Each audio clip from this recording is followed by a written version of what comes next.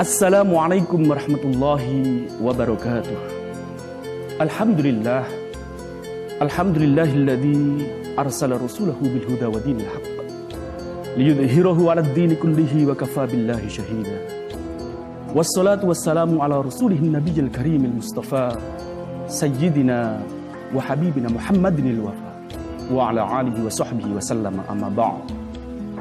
Para pemirsa yang dirahmati Allah Subhanahu wa taala, pemirsa yang budiman, ibadah puasa adalah ibadah inti dan utama. Sebagaimana halnya sholat, kedua ibadah ini adalah masuk kategori rukun Islam yang paling utama. Di samping zakat, syahadat, kemudian haji.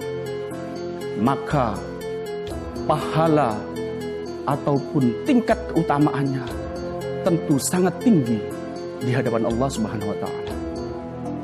Di dalam Al-Baqarah 183, Allah Subhanahu wa taala berfirman, "Ya ayyuhalladzina amanu kutiba 'alaikumus syamu kama kutiba 'alal ladzina min qablikum la'allakum tattaqun." Wahai orang-orang yang beriman, diwajibkan atas kamu berpuasa sebagaimana juga diwajibkan atas umat-umat sebelum kamu, la'allakum tattaqun, untuk kemudian engkau menjadi bertakwa. Diksi takwa adalah sebuah diksi yang dipilih oleh Allah Subhanahu wa taala. Karena ketakwaan ini adalah sebuah makom yang sangat tinggi, makom yang sangat mulia, dan ini seiring linear dengan firman Allah, "Inna akramakum 'indallahi atqakum." Bahwa sebaik-baik di antara kalian semua adalah yang paling bertakwa.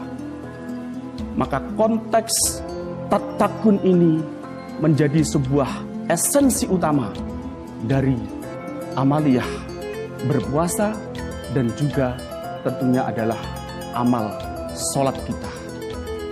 Hadirin yang budiman, pemirsa yang dirahmati oleh Allah Subhanahu wa taala, bahwa dimensi takwa tadi tentu akan membawa setiap hamba atau bagi manusia-manusia yang menjalankannya untuk masuk pada ranah di mana mereka mendapatkan derajat yang paling inti, derajat yang paling tinggi, yaitu derajat menggapai sebuah kebaikan. Jika ada kasus atau sesuatu hal yang mana itu kontradiktif, di mana seseorang rajin berpuasa, seseorang juga rajin mengamalkan sholat, akan tetapi dia masih tetap melakukan maksiat, masih suka mencuri, masih suka dugem, masih suka melakukan hal-hal yang tidak baik yang lain, tentu ini ada sesuatu hal yang harus kita koreksi, yang harus kita tinjau kembali. Apakah ada yang salah dengan puasa kita? Apakah ada yang salah dengan sholat kita? Sedangkan jelas tadi dikatakan bahwa esensi puasa adalah la'allakum tattaqun, dan ini adalah firman Allah.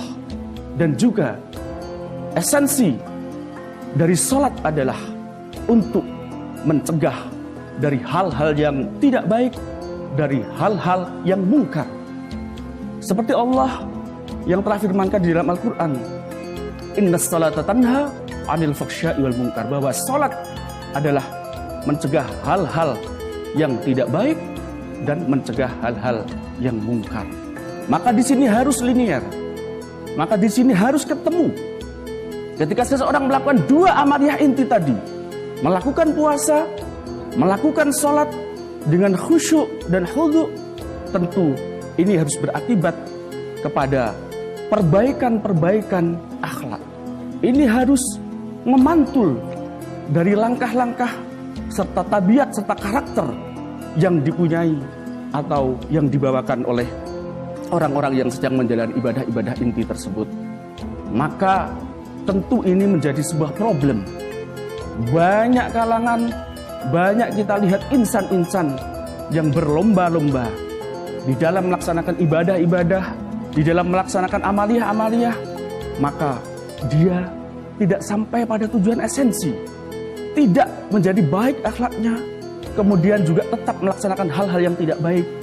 Maka sekali lagi, kita patut dan kita perlu untuk meninjau kembali ada apa dengan puasa dan sholat kita.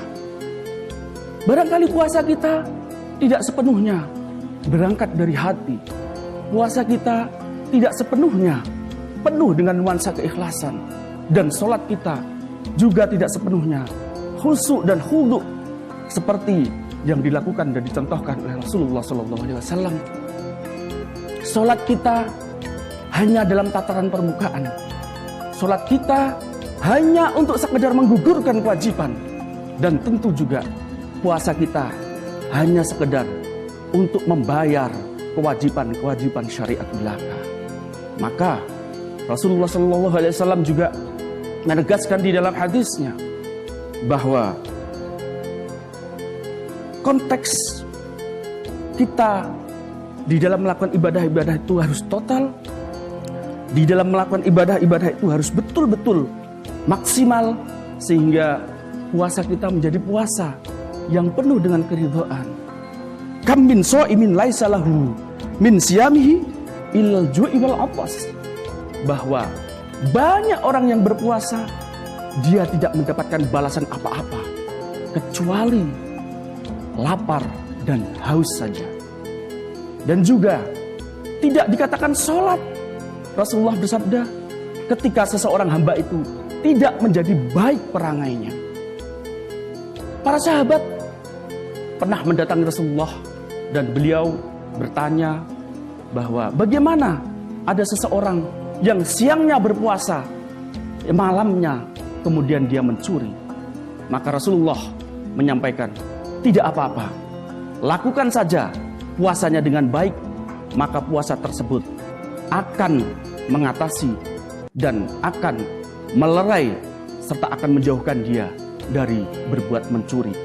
Ini bisa dikandung makna bahwa seseorang ketika dia masih terikat dengan kebiasaan-kebiasaan yang tidak baik, kebiasaan-kebiasaan yang mungkin barangkali masih belum bisa dihindari dengan langsung dengan frontal, maka tetap terus lakukan amaliyah-amaliyah baik.